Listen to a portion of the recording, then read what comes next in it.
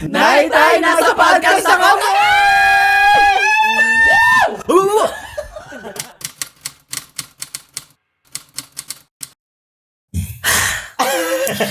Medyo napapagod ako. Why Kasi nga iniisip ko kanina yung future ko.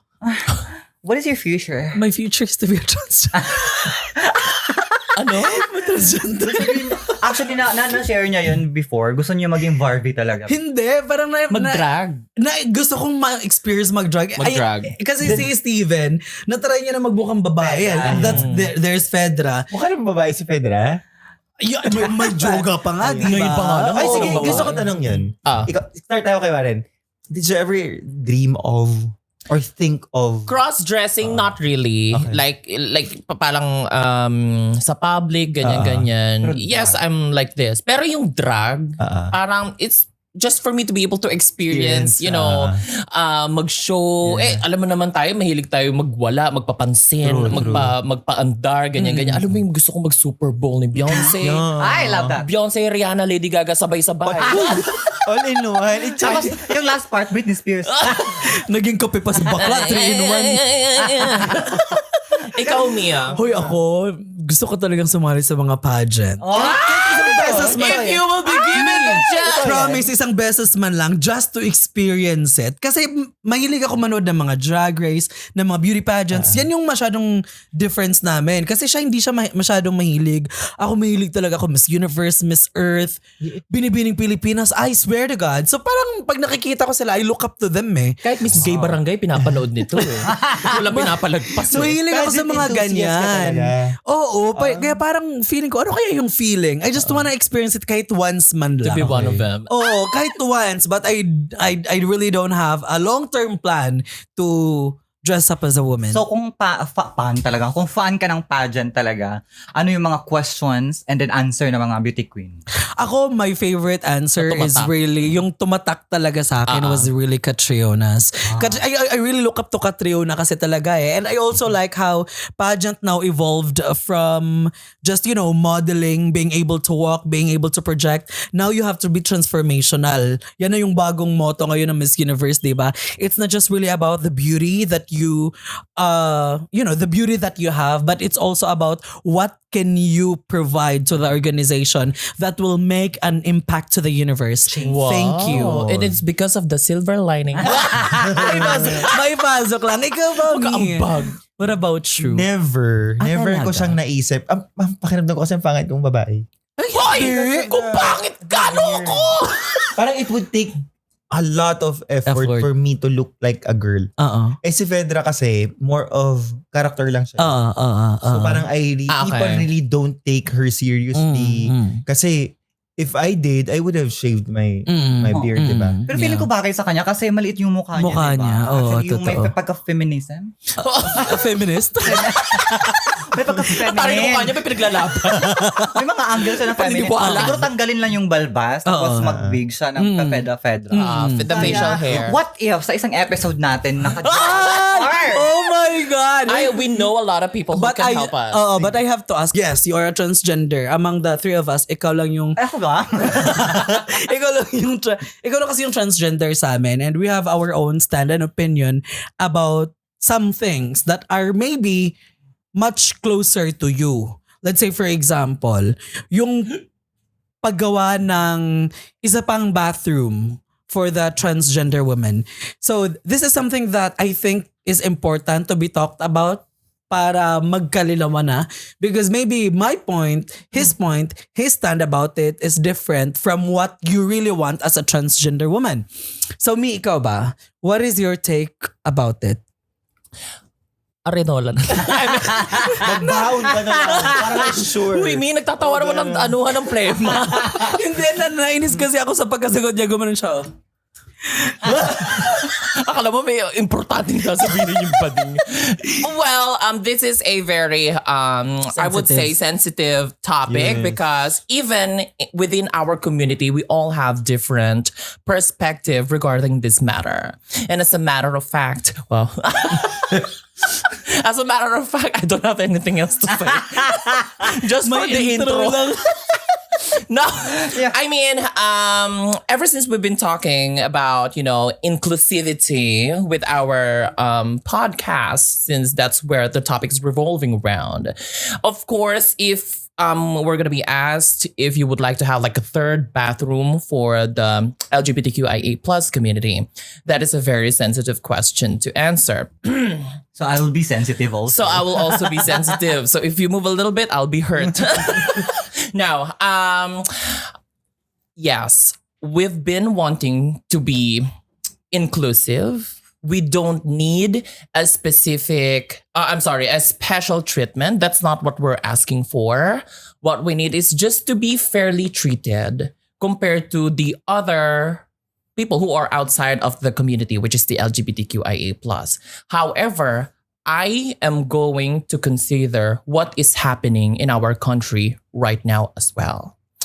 I've been hearing a lot of instances wherein the transgender women or sometimes the lesbians going into male's bathroom are being discriminated. Ay, tama ba siya? Discriminated.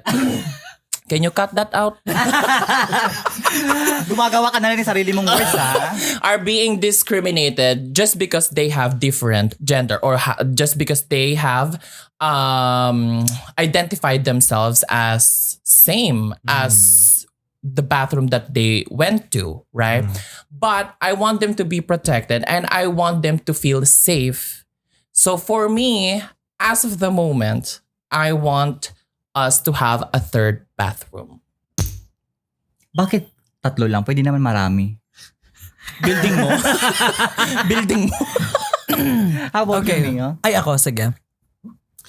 Personally, when this topic was first mentioned, sabi ko kasi talaga, as much as possible, I want my brothers and sisters in the community to be as, to be as comfortable as they are. Let's say, for example, you are a transgender woman. You consider yourself a woman. Go to the woman's bathroom. That's it. If you're a lesbian, you consider yourself as a man. Go to the man's bathroom. That was my thinking about it. But I think since we are not past the level of acceptance that we are as a society, what I am looking at this as a band-aid solution. I don't really think this is a long-term solution, because if we talk about long-term solution, it's really understanding and acceptance of the preference of our, of the members of the community. So, but for now, I would say if it makes them feel safe, if it is a safe space for them, then I will go for it. Which is to create a different or a separate bathroom. Correct. Kasi yung uno talaga sa akin, parang sabi ko, parang hindi naman na kailangan kasi ang nangyayari, there's segregation between the heterosexual and then the baliko. Yan yung parang thinking ko na, bakit kailangan may segregation? Hindi naman namin kailangan ng special treatment. All we are asking for is the same treatment. Equality nga. Palagi naming sinasabi. But hearing the stories and learning the struggles of some of my friends that are openly gay, that are transgender, there I learned the discrimination that they had to go through, and alam mo yung takot minsan na pagpasok mo pa lang sa comfort room, madi-discriminate ka na. It's called comfort room because you have to be comfortable inside. Diba? But it's not that anymore. It's not happening anymore because natatakot kang pumasok kasi baka ma-discriminate ka, and some people, kahit ihina, hindi na nga lang nagsi-CR because ayaw nila maka-experience ng gano'n. Hindi ko naman sinasabing si Christy yun. Diba? Kaya umuwi na lang sa condo or hinihintay na lang nilang makauwi sa condo. True. Before sila, pumasok sa comfort room. So, I am thinking of two options. It's either you create a different restroom or just create one restroom that's for everyone. Male, female, for everyone. Parang nangyayari sa ibang gender neutral comfort room. If you want, if you only have a limited space for your establishment to just build one comfort room, then go for it. Ikaw ba, Mi? Because in my experience, I have a may BFF kasi ako, transgender man siya. Ever since college. Nagdi-dress up siya as a man. Pero now, kasi parang, I'm not sure kailan siya nag-start mag-transition talaga. Pero, I think after niyang college na nag-start siya. Tapos hindi ko na-notice sa kanya na pag lumalabas kami, nagmamall kami, hindi talaga siya nagsa-CR. So parang one day, I asked him, sabi ko, hindi ka ba naiihi? Kasi umiinom kami nun eh. Sabi niya, hindi, okay lang ako. Kumbaga nagsi-CR lang siya every time may neutral bathrooms nga. Okay. So when I sabi ko, bakit hindi ka pumunta sa lalaki? Sabi niya, ayokong kasi one time napalabas na raw siya. Kahit mukha na siya lalaki, kasi boses lalaki na siya. Kalbo pa siya, semi-kalbo pa siya. So mukha talaga siyang lalaki. Pero siguro yung iba, nakikita pa rin nila na hindi siya talagang lalaki. So sabi ko sa kanya, don't worry, every time nakasama mo ko ngayon, sasama kita.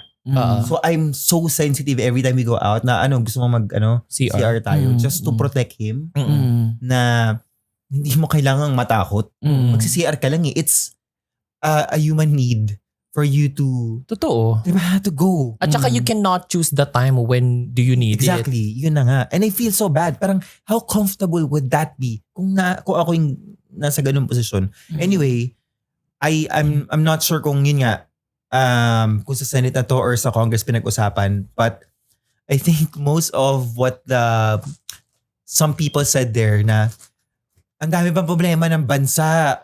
Bakit inuuna yan? Oo, bakit uunahin natin yung third bathroom? It's so hard kasi it's so easy for them to say that kasi kayo sobrang convenient for you to use a bathroom whenever you need to go. You don't encounter the discrimination. Yes. Kaya parang it's so hard for me. But anyway, I cannot say I cannot speak for myself kasi hindi naman ako transgender, so I wouldn't really know na kung gugustuhin ko ba na meron kasi halimbawa yung friend ko kasi he really identifies himself as a man. So pagka sa CR siya ng lalaki pumasok, merong something sa kanya na parang this is where I belong. Parang ganun. Okay. Ganun yung pakiramdam sa kanya. So ako, siguro, damihan na lang natin ng mga gender neutral na para lang hindi mo maramdaman. Kasi yun nga, hindi ko talaga masasabi para ano bang nararamdaman nila mismo. Kung do they feel inclusive when they do that? Or pag naglagay ba tayo ng third bathroom, iisipin naman nila, parang ano yan, may sakit ba ako? Kakaiba ba ako? Yeah. And that's what we don't want to feel it. We want to be included eh. We want to feel, we want that equal treatment from people. Let alone na ito na kailangan mo pantayuan ng third bathroom just so they could go and do their basic need. Ang seryoso nung Ang seryoso nun. Pero eto na nga, gusto kong marinig. Christy, how do you feel about it? Yes, regarding with the question, do we need a third bathroom ba sa mga establishments? For me, it's not necessity, but they should also consider to have third bathroom. Kasi nga, I will not defend or I will not explain na lang but I will just share my own experience as a transgender. Because, di ba, nakwento ko din sa inyo before, kaya hindi ako nagsi-CR talaga sa public, lalo na sa mga malls. Kasi yung ibang malls, wala talagang gender neutral or walang third bathroom or separate bathroom for LGBT community. So, basta nung sa Davao pa ako before, hindi pa uso yung third bathroom. Ihing-ihi na talaga ako, nasa mall ako that time. And then, nung kasi nga parang nasanay ako, nasa babae ako na nagsi-CR sa office. Nag-CR ako dun sa pambabae, dun sa mall. Tapos nakalinya pa actually yun kasi queuing. Charot lang. Maraming nag-CR din that time. So habang nakalinya ako, may parang tumawag ng guard. Oh my God. Oo. Okay. Wait, office mate mo to? Hindi. Sa mall. Okay. Yes, Sorry. nagpatawag siya ng guard kasi nga may nakalinya daw bakla, ganun. So bakit daw doon ako nakalinya sa pambabae, dapat doon daw ako sa kabila. So, yung guard yung nag-approach sa akin. Okay naman yung yung approach niya, hindi naman masyadong parang offensive or bastos or parang nakakahiya. Ma'am, kasi may nagrereklamo tayong customer or basta nakasunod sa inyo na dapat doon daw po kayo sa kabila. Tapos ako noon, hindi ko na talaga inisip na makipag-argue or explain yung sarili ko kasi nga ihing-ihi na ako. So, pumunta doon ako sa panglalaki. So pagpunta ko naman doon sa lalaki, may may linya, right? So pagpunta ko doon, Doon ako nabastos actually. Nabastos ka sa Anong nangyari? Kasi sinigawan talaga ako ng isang lalaki doon na sabi niya, anong gagawin mo dito? Bakla ka, mangboboso ka, maninilip ka, mga ganon. So, I really don't know kung saan na ako mag-CR that time kasi nga, ihing-ihi na talaga ako, sasabog na talaga siya. So, ang ginawa ko, naghanap na lang talaga ako ng something like restaurant or like parang stall na, ay store na may CR na hindi masyadong maraming tao na walang nakakapansin na ikaw lang yung nag-CR. So, yun, naghanap pa talaga ako that time ng CR and then sa restaurant pa yun eh. Tapos, Ihi lang yan yan. What if, nadya-gems ka na parang ano ba? Oo. Kaya nung parang na-trauma ako doon sa experience na yon. So every time na pumupunta ako sa mall or sa public na mga establishments, iihi talaga ako before lalakad. Pero pag ihing-ihi na ako, tinitiis ko na lang. Ayun. Which is also not healthy for you. Yes. Actually, parang naiiyak ako. Ako nagagalit ako na parang hindi mo magawa yung kailangan mong gawin just because I remember seeing this video before. Natakal na rin nila to sa US. Tapos, Ay, wait lang. Meron pa pala ako i-share isa pa. Okay. And this is a very parang popular na issue before sa Davao kasi it's a resort. And then I also experienced it. Yung parang sumika talaga. Yung parang naging viral because of the discrimination in that resort, specifically sa mga transgender. So, actually hindi ko na-experience ko siya before nag-viral yung issue sa resort. So pumunta din nung naligo kami doon. So of course, doon ako sa babae sana maligo. Tapos tinawag din yung guard. Tapos dapat daw doon ako maligo or magbihis sa panglalaki. Tapos sabi ko, mataas yung buhok, may buging pa ako, keme-keme. Tapos dito niyo ako pasisiarin or papuntahin sa panglalaki. Tapos sabi, may puki ka ba? Pakita mo naman.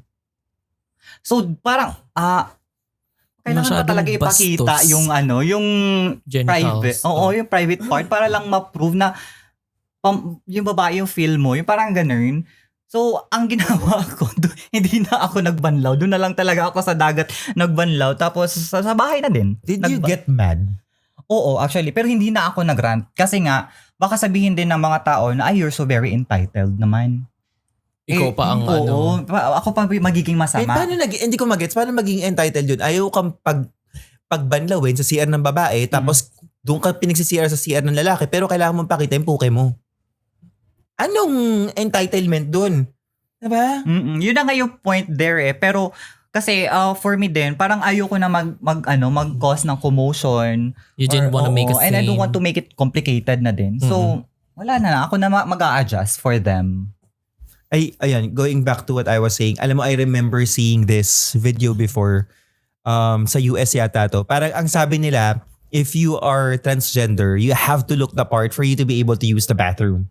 So kunyari, transgender woman ako, kailangan mo nga akong babae. Ang sabi naman nung iba, nung mga babae, na opposing doon sa letting the transgender women use the women's bathroom, sabi nila, no, some people might just be parang pretending. Naisip ko, mag-makeup, magkakaroon ng boobs para lang makapamboso. Doesn't make sense. Diba? Parang grabe ka naman to go out of your way para lang mamboso ka. I just don't think na yun dapat yung basis kung may puki ka or anong itsura mo para lang to use the bathroom. But again, syempre, meron pa rin mga tao talaga na feeling nila, yun nga, may mga tao that will take advantage pag ginamit lang yung comfort room ng babae o panlalaki. Sa ngayon kasi, sabi nga ni Chardie kanina, we are not yet talaga fully accepted by the people, right? Lalo na kayo mga transgender kasi parang masakit pa sa mata yung existence namin, right? So, sa ngayon muna, much better siguro meron tayong third bathroom or separate bathroom for LGBT community para for the safety na rin, and then to avoid also harassment, and then yung parang hindi uncomfortable sa ibang gender, like sa hetero male and hetero female. Pero to be fair, yes, we're talking about this, pero na-happy ako na nakikita ko yung mga third bathrooms right now sa mga major malls natin dito sa Philippines. Oo. Pero na, hindi ko pa nakita. Ang dami na. Like mga major malls natin, which I don't wanna name naman na. Pero dahil magagalit yung manager ko, nakatingin na sa akin. Pero, wow, that's kahit sa mga offices, before I left my previous company. Wait, yung third bathroom na to, hindi yung merong wheelchair ha? Oo, hindi. Hindi Kasi yung ganun ang ginawa. PWD na kinonvert. Hindi. Talagang sa kanila What's talaga. the sign na this is... Kalahating yung male at saka female na Unicorn. yung kalahati may palda, basta yung sa male and female. Doble cara yung itsura. Ganon yung sign niya. Which is something na, yes, we may not be like fully accepted, but we are changing. We are on the process of changing and accepting it. It's not just fully, but at least we are, it's now being recognized. It's now being at least respected that this specific community needed a third bathroom. And let me just also say, kasi sa local government namin doon sa Cebu, this is what I noticed. Yung mga younger na mga leader sa isang city, sa isang town, sila yung napakabilis mag-adapt sa change. When the issue happened, umaksyon. Kasi yung mga adult learners, yung mga let's just say may mga edad na, mga old school, sila yung ang hirap i-change or i-convince just because sasabihin nila, kami nga before, di ba? Napag-usapan na natin yan, back in the days and all. Pero sa mayor namin doon sa Liloan, Cebu, when the issue happened, ang bilis niyang ginawa ng paraan na yung meron sa plaza, alam mo yung, di ba, municipal hall, tapos meron plaza always. Di ba, dalawang hilera dapat yan ng CR. Yung ginawa niyang isa, tapos ginawa niyang bathroom for all, yung gender neutral na bathroom. And that for me as a gay teenager before when it happened, that for me was very empowering. That for me boosted my confidence that I really don't have to be scared of expressing my identity just because someone who's in power is looking up to us and is willing to protect us from the discrimination that the society is throwing on us. Correct. I think that's what we all need lang naman, no? Totoo. Yung magamit natin yung human basic need natin when we want to. And to feel yun nga, kagaya ng sabi mo, to feel safe and comfortable. Kaya I was very sad when Christy shared her story because to be very honest, sabi ko nga kanina, when this topic was mentioned, sabi ko, I don't think it's necessary. Because if you see yourself as a woman, go to the women's bathroom. If you see yourself as a man, go to the men's bathroom. Because I want you to be comfortable of your sexuality. But hearing these stories that are very traumatic, I now understand that a separate bathroom is not just really for segregation, but more of your safe protection. But more for your safety and protection. And I also think that it's not just really about for you, but also for the people around you. Those that are uncomfortable seeing you there. Para wala nang masyadong madaming sabi. Para wala na lang conflict. Let's just build them a separate bathroom. Feeling ko nga parang ikaw hindi ka na nakipag-argue because you're so tired of voicing out. Ganun din yung friend ko. Kasi yung nasa isip ko din is, yung parang, purpose din pag-explain ako sa kanila. If yun na talaga yung mindset nila, wala akong magagawa unless if they're going to change their perspective or their mindset. Their understanding. Which is very hard for you to do. So bakit hindi na lang ikaw ang mag-adjust? Palagi nga nilang sinasabi, just be the bigger person. For me, that is very difficult because I'm only 5'4". You cannot be big. Pwede naman bigger pero pa ganun, palapad. That you can do. Wow, ha? But yeah, seriously, I think this is a very important conversation because I have learned so much from your experience. And I just hope that people is also as open to understanding that these are, sabi nga ni Steven kanina, these are basic human needs.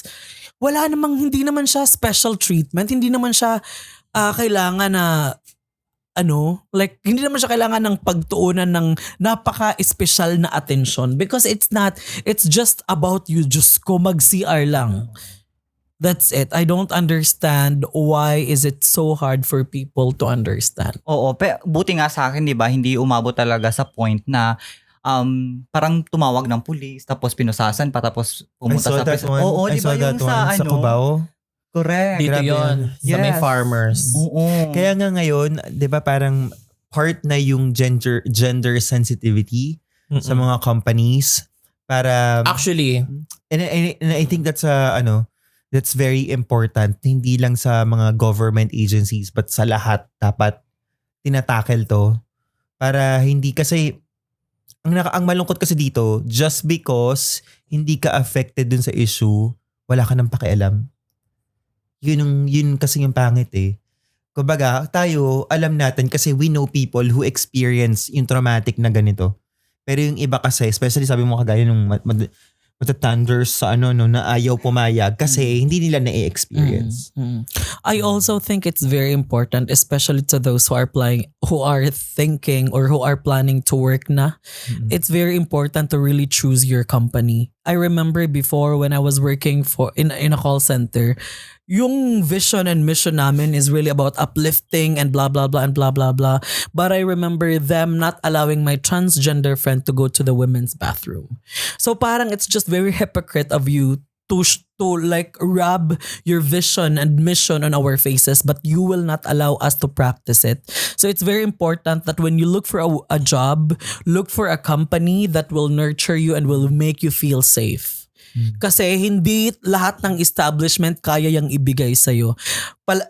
I am saying you this because I worked as a trainer before in a BPO, and it's very important. It's not just really about the money that you receive. It's also about what will you feel when you're working. It's also about the happiness. your workplace. It's also about the environment, its culture. So it's very important that aside from you doing your research about the most important interview questions, like the history of the company, how much will you be receiving, it's also important that when you check and do a background check of their culture and environment, make sure that it's going to be a safe space for you. It's going to be a safe place for you. It's also a comfort zone, yes. I also like to commend those companies who actually attend yung Pride March every June kasi there are companies na talagang naglalagay sila ng booth nila. True. Just to show support na we do not discriminate. Yes. Things like Especially a BPO industry. Marami. Sila yung talagang pinakamabilis nag-adapt dun sa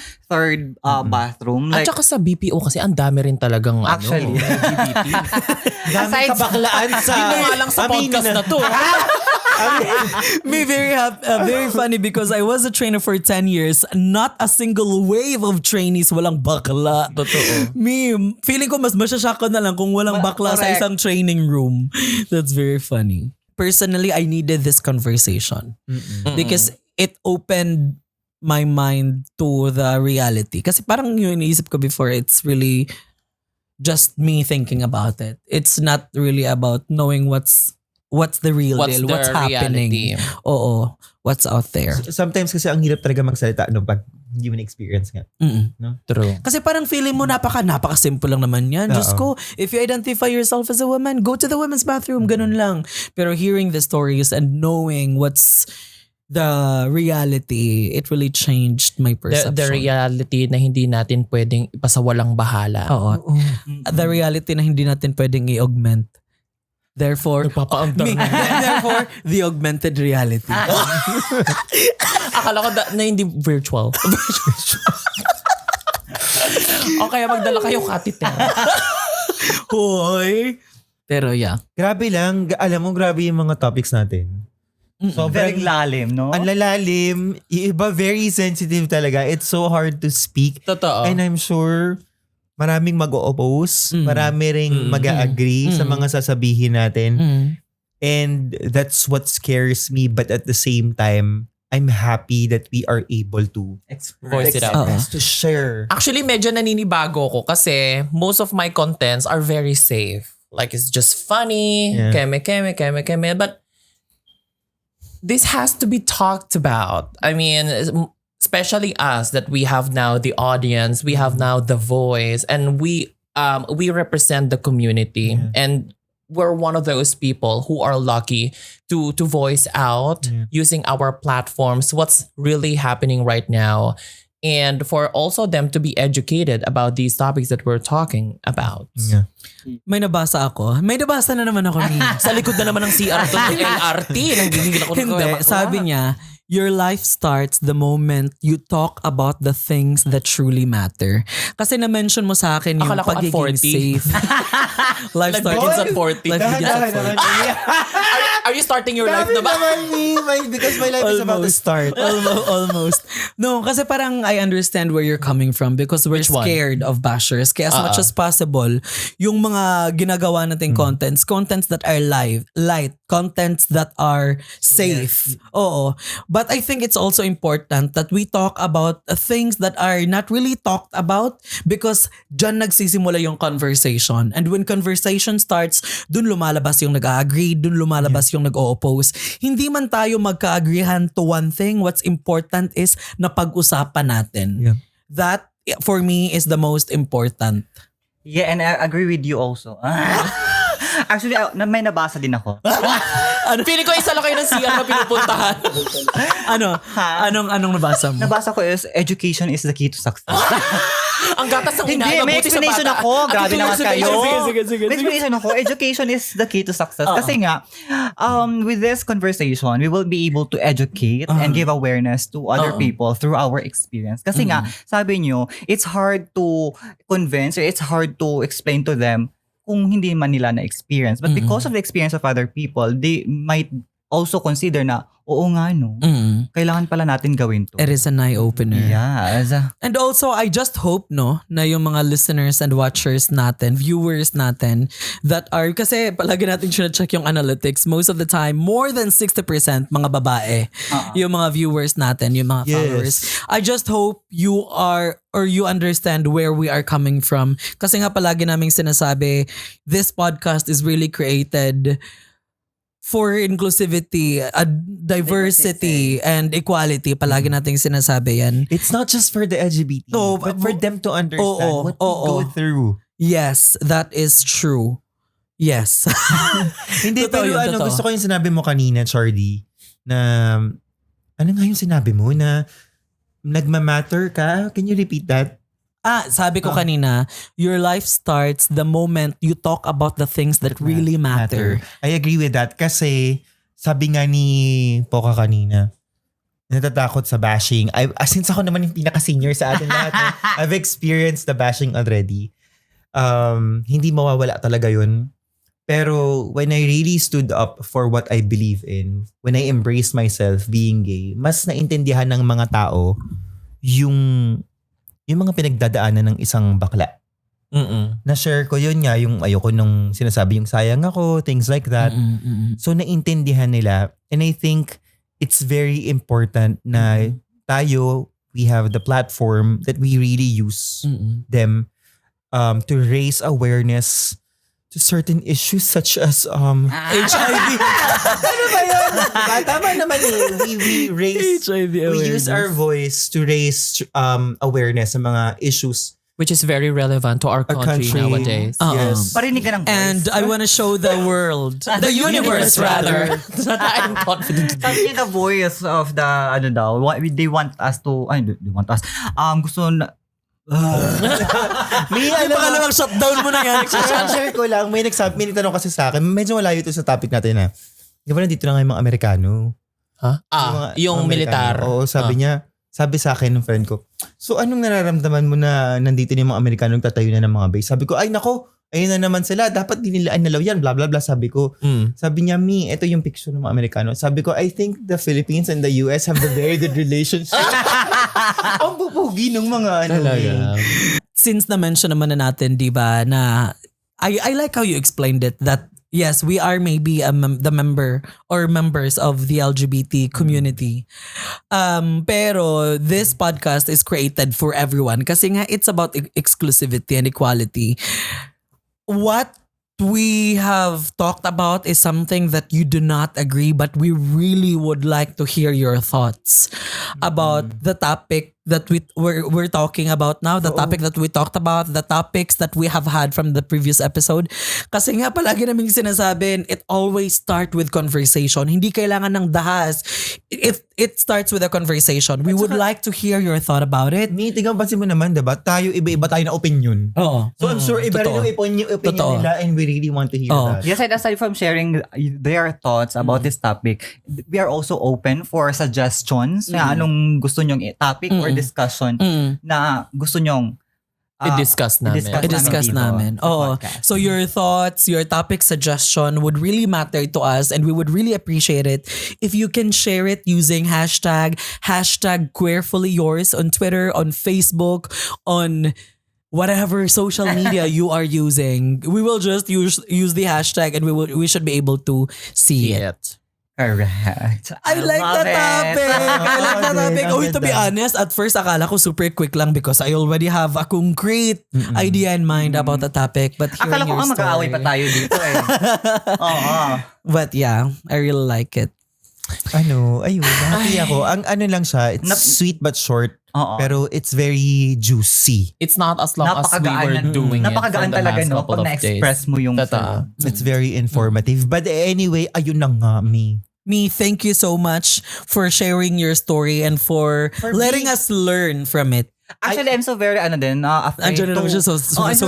I'm so very afraid to discuss this kasi nga kahit sa TikTok hindi ko talaga siya sinasagot kasi nga ang daming mag-o-post din. It's very sensitive topic, but here I was able to share my experience and I'm really hoping na they will really understand and consider this and let this platform to be your comfort zone and a great avenue. Hoy, hindi namin sinasabing because we talk about it, you have to understand us. You just have to listen. Pakinggan nyo lang kami. Hindi naman kailangan mag-agree kayo sa sinasabi namin. It's okay. Sabi nga natin, the Philippines is a very religious country. We are not fully there yet. So it's okay. You don't really have to understand. You don't have to agree. You can oppose. You just have to listen. Thank you for being brave. I'm so proud of you. Paano ko naging brave? For opening it up. At saka for being just you.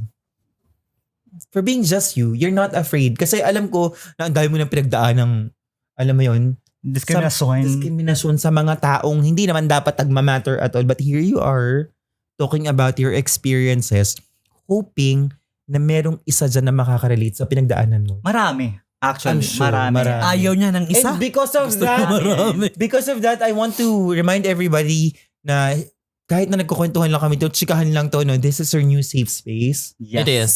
So we could talk about things na alam namin na medyo sensitive, but then again, we want you to feel as comfortable as possible na pwede natin pag-usapan. That you are not alone with what you are experiencing. I agree. Sumulat lang po kayo. At lagyan sa last part ng Queerfully Yours. Yes. Sobrang excited ako. That's the purpose of this podcast, to talk about the problems in the community. Para ito sa mga taong may pinagdadaanan, para sa taong medyo blandang buhok na naka-falsies ngayon. As what they said. Masaya ka ba? Every problem has a solution. But if your problem don't have any solution, that's a reality that we need to accept. Wow, nagpapaanda. Me, my motto in life, what about you? Is there anything that you would like to say?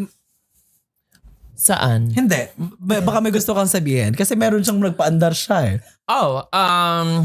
Honestly, behind the clouds, there are airplanes. Tama na! This has been our 4th episode. It is. Congratulations naman sa atin. Hoy, congratulations in advance. Yay! More episodes to come. More episodes to come. More seasons to come. Hindi ko naman sinasabing kami yung magiging bagong pamantayan ng podcast. Pero papunta na kami doon. Baka magtakbuhan nga tayo sa Philippines. Oh my God. Globally. Hindi, Philippines muna. Tapos, of course, the globally, universal and galactical. Galactica. Anyway, that concluded our 4th episode of Queerfully Yours. Again, this has been Chardie. This is Miss Deliciousness. I'm Steven. And I am Poca. Reminding you to be bold. To be proud. Be you. Queerfully Yours. When I say hey, you say yo. Hey, Yo. hey, Yo. hey, Yo. I say.